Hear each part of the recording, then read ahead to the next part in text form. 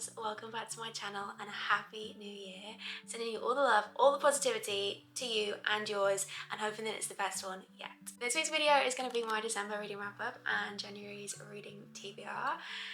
I am very excited for January's TBR. Number one, first reason is because my book club has officially started. It's called Paper Dreams. The link is in my bio if you want to join over on Fable and read along with us. I would absolutely love to have you there. And I'm so excited at the thought of getting to read with you guys. And I feel like Sword of Carrigan, which is the book club pick of the month, I feel like Sword of Carrigan is going to be an absolute belter. I feel as though we're setting the bar really, really high for ourselves. And I can't wait to see how we all find it. So grab yourselves a drink, let's get cozy, and let's talk about what we've been reading in December. December was quite a busy month for me, so I didn't get a chance to read as many books as I would have liked. In particular, when it came to yesterday, which was New Year's Eve, I was like, I need to finish this book. I've read a lot this year. I've read 119 books, and I was like, I really want to read 120, and I started Immortal Dark on New Year's Eve's Eve, which is like a 400 plus page book. And I was like, yeah, I can do this in 2 days, easy breezy. And then yesterday happened and I was like, do you know what? I really want to be present with my family, fully here and enjoy New Year's Eve for what it is. So I actually didn't read a single thing yesterday. So my total reads for this year was 119, and I'm bloody proud of that, you know? Like, yes, it's an odd number. Yes, it doesn't sit quite as nice in my brain as what 120 was, but who bloody cares? I started December off by reading Where the Library Hides by Isabel Ibanez. Now this is part 2 of this duology, and this is a historical fantasy duology, and it's like nothing I've ever read before. I personally have not read a lot of historical fantasy, and so for me, I went into this series, which I started this year, and I was like, I don't know how I'm gonna find this. I've heard amazing things, let's see what it's like, and it completely swept me away. Every expectation that I had of historical fantasy kind of blew out of the water. Wasn't anything like I thought it would be at all. Never have I read a duology that is so unbelievably unique. Both book 1 and book 2 are equally as brilliant, as enthralling, as captivating as each other, and I will forever get lost within this lush jewel of a gem of a world. So book 1, there is a lot of plot twists. There's a lot of things happening that you don't see coming, and it ends on the cliffhanger to end all cliffhangers. And so I went into this thinking, is it going to live up to book 1? How is the expectation going to be? Like, book 1 was amazing and I loved it and I think about it on the regular. Book 2, what's in store for us? This kept me on the edge of my seat. It's jam-packed with plot twists and mystery, and it constantly kept me guessing and intrigued. Isabel's writing is just truly so beautiful. It's a work of art and such a pleasure to read, and I just love this duology so much. I love the conclusion to the duology, and this book was a solid 4.5 stars for me, and I just thought it was absolutely beautiful. Then I read Snowed In by Catherine Walsh, and guys, I've never read a Christmas romance before. I've talked a little bit about this already, so I think you guys already know what kind of time I had with this, and it was a bloody good time, let me tell you. I finished this and immediately I was like, how can I give this anything but 5 stars? This had everything you could possibly want from a Christmas romance. It was the only Christmas romance I read, actually, and it was quite simply because it set the bar so bloody high. I was like, how is anything going to be able to compare to this book? The feelings this evoked, the Christmas magic, the romance, the chemistry, the banter. I can't even tell you how bloody good this was. Absolute perfection. Perfection. Christian and Megan are made for each other. I love them together so much. I loved every single interaction between them, and Christian, the recipe she wrote when she put that man together, but absolutely top tier. This is so special and truly a really beautiful story, and I just had the best time with this book. I loved it. I cannot recommend this enough. I know Christmas is over now, so nobody's probably going to be reading Christmas romance, but this was everything I hoped it would be and so much more. Then I read Meet Your Match by Candy Steiner. Now, the concept of this is ice hockey romance. Yep, here for it, all over it. This was a bit of a strange one because I loved Candy's style of writing. I thought that was really great. Our female main character was a content creator that was really interesting to read about. That's about as far as the positives go for me. I didn't love the dynamic between these two. I didn't love our male main character. I don't know, he was just I just thought he was a bit arrogant and a bit full of himself. And yeah, I know that normally we kind of like those things. This was just a bit too much. It was just a bit too much, and I was like, I don't think it says Meet Your Match, but me and this book, we were not a match. Don't get me wrong, it was super easy to fly through. The spice was extra spicy. And I guess if you're looking for a different kind of dynamic between two characters, then this could potentially be a good fit for you. But personally, for me, I just didn't love this book. Next, I read The Scattered Bones. Now this is a standalone, dark, romantic fantasy. Just take that in for a minute, because that in itself is a unique thing to experience as a fantasy reader. We don't tend to get a lot of those. And I really love that kind of genre. I was like, yeah, this is a little bit of me, but how good is it gonna be? I annotated the hell out of this book. It was so good. This, if you're wanting a book that's gonna make you feel things, if you're wanting a book that's gonna make you sob, this right here, this is it. It's quite interesting in the fact that there's no scene setting, there's no introduction.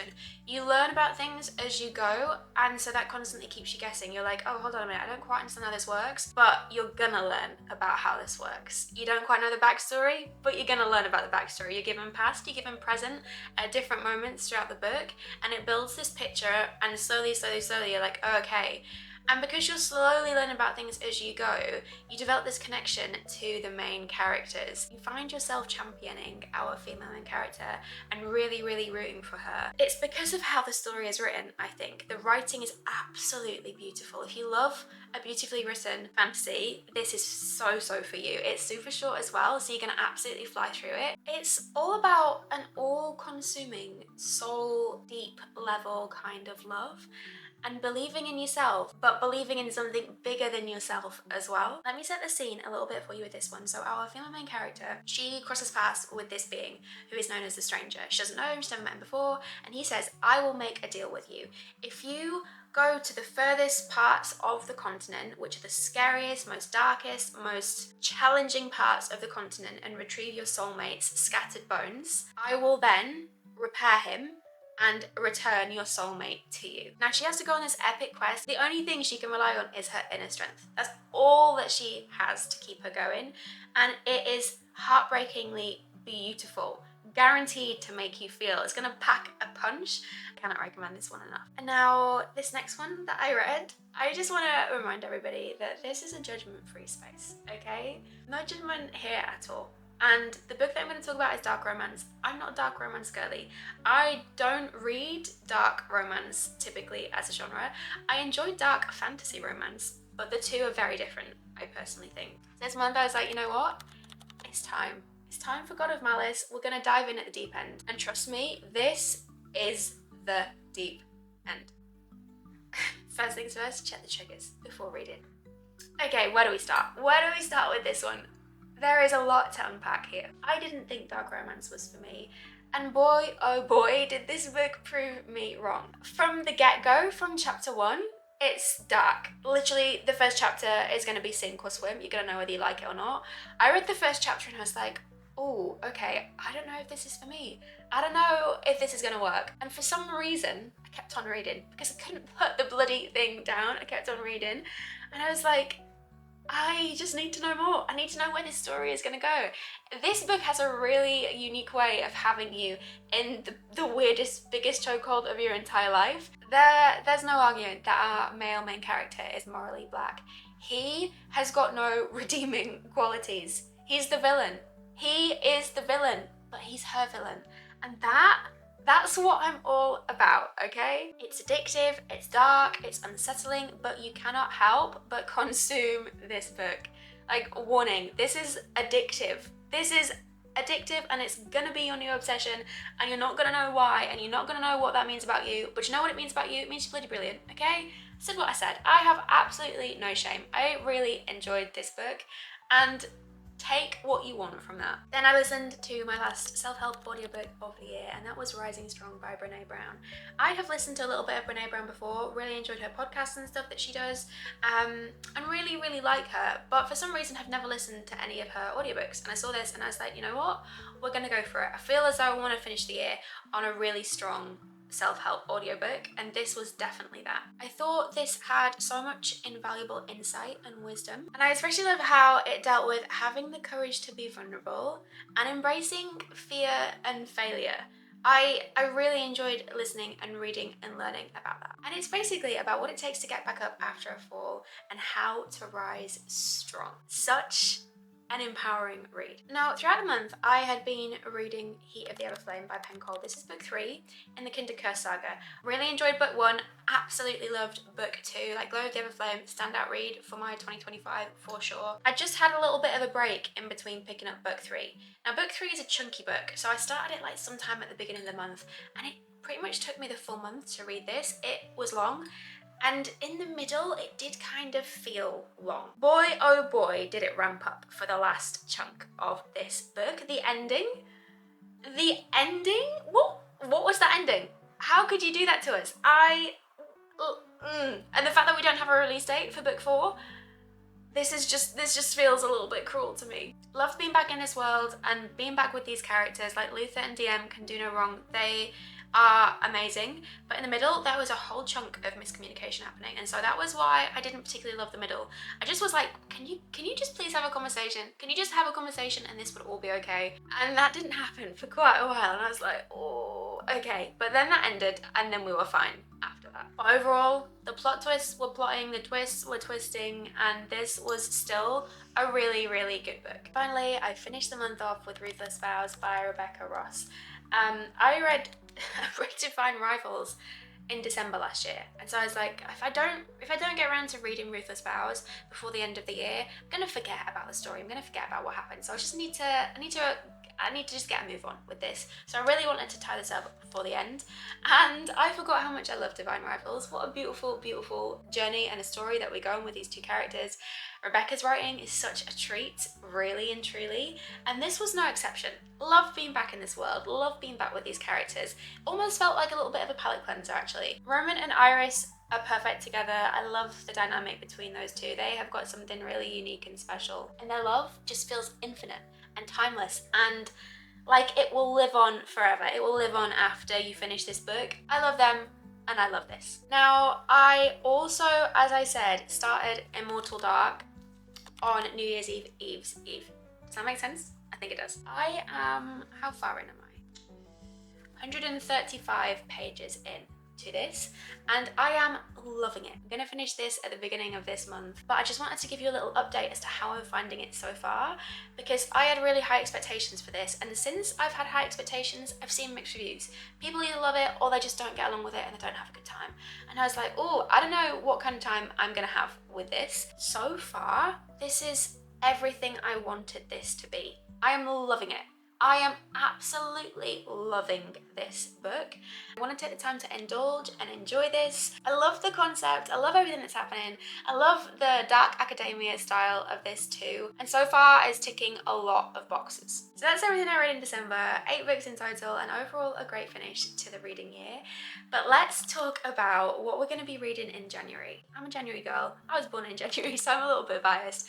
But for me, January, we start off the year strong. I want to set the tone for the rest of the year. So let's talk about everything that's on my January TBR. There are a couple tiny little overlaps from December for this month, but we're just going to ignore that. Let's start by talking about Sword of Kaigen. This is our book club pick for the month. My book club's called Paper Dreams. If you want to join, like I said earlier, the link is in my bio. It's over on Fable. Would love to have you there. Feel like this is going to set the tone for our book club, because I've not heard one single bad thing about this book. I am a little intimidated just purely because it feels like a bit of a level up to what I normally read. And so far, the level ups that I've had in 2024, like when I think about Red Rising, for example, I love that. I had a great time. It was a challenge for me, but a great challenge, and one that I was like, yeah, actually, maybe I should read more kind of things like this. And I know this isn't sci-fi. This is not that kind of thing, but it just, when I saw the size of it too, I was like, crikey, this is 600 and some pages. However, it's a standalone. And so I just think that this is going to be special. I think it's going to be great. And I'm really excited to see how we find this as a group and to see what kind of reading experiences we have across the board. I would love to have you there. I would love to see you guys get involved and to know how you find this book. Next, we've got Water Moon. This was on my TBR for December. I just didn't get around to it. So January, this is the month where we make this happen. It comes out this month as well. So So this is literally the perfect time to read it, to see how I find it.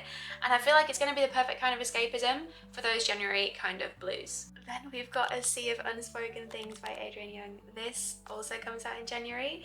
I've started it, I think I'm like 25 pages in. I am over the moon to be reading a new book by Adrian. I've heard that this is a little bit slower to get going than her previous books, but once you get going, you're going. It's like full speed ahead, and the payoff is so worth it. And it's also really small. It's under 300 pages, and I'm intrigued as to what she has cooked up for us in the pages of this book and what kind of mystery and intrigue it's gonna give us. I'm excited for the story of this book and to see what happens and how everything unfolds. I'm gonna pick up the next book from Candy Steiner in the Kings of Ice series, which is called Watch Your Mouth. The first book wasn't a great match for me, but the other characters that are in this series I'm really intrigued by, and I'm really intrigued to see how different their stories are going to be from the first book, and to see if maybe this is a little bit of a better fit. So I'm going to be picking this one up. This is about one of the ice hockey team's sisters. She is off limits to his teammates, and the book proceeds from there. That's all you need to know. Let's see what kind of romance and palette cleanser this is going to be. I'm hopeful. I've got my fingers crossed that this one is going to be a better fit than the first book. I know I said I was going to read this in December. I just didn't get around to it. I didn't have the time, and it breaks my heart that I didn't. However, this is non-negotiable. Non-negotiable for January. It has to happen. It's witches, it's cold, it's cool, it's giving me all the January vibes. And I just hope I'm going to love this. I have a good feeling about this one. I feel like we're going to be a good match. So let's see how we get on. But this has to happen in January. Then I would love to read The Garnet Girls. This is about tangled relationship, family secrets, and the bonds between sisters. This is supposed to be all about secrets, glamour, all that kind of stuff, and it follows three sisters who are living in the shadow of their parents' glorious but devastating love affair. And I'm like, what? How does that work? I'm intrigued. And it's supposed to be complete escapism. So I'm like, yes, please. This isn't what January calls for. I don't know what is. And then these books I don't currently have in my possession, but we've got God of Pain, which is book 2 in the Legacy of God series. As you know, I love book 1. Really intrigued to see how I find book 2. Like, was book 1 a fluke? Or are we on to something here? Am I on a streak of dark romance that's gonna unravel a whole different side of my reading taste? I don't know. So we're gonna pick up this book. Then I would absolutely love to read Split or Swallow. This is supposed to be like not safe to read in public. It's supposed to be the spiciest book ever. The concept of it, I feel like is really intriguing, and I'm like, do you know what? I've seen everybody talk about this book and I just want to know what it's about. Apparently our female main character, along with 13 other contestants, must train with a basilisk to learn the power of seduction. And that blows my mind. I'm like, wait, what do you mean she's training with a basilisk? What do you mean she's got to learn about the power of seduction? Yes, please. And then finally, last but by no means least, we have got Onyx Storm by Rebecca Yarros, book 3 in the Empyrean series. Who's ready? Who is beyond ready for this book? I've seen her drop little snippets of things recently on Instagram, and I'm like, how can you be doing this to us? How? The ending of that book, the ending lives rent-free in my brain 24/7. That cliffhanger keeps me awake at night, and I just need to know what happens next. I need to know. I am equally excited and terrified at what we have got in store for us in book 3, and all I can say is I'm praying. I'm praying for all of us that, I don't know what's gonna happen. No idea, but I'm excited. So that is my December reading wrap up and my January TBR done. The forecast for January is looking remarkable. It is looking top tier. We have got some seriously incredible reads on that list, and I'm excited for future me at having those experiences. Thank you so much for watching. Wishing you the happiest, most magical new year, and as always, I'll see you at the next one.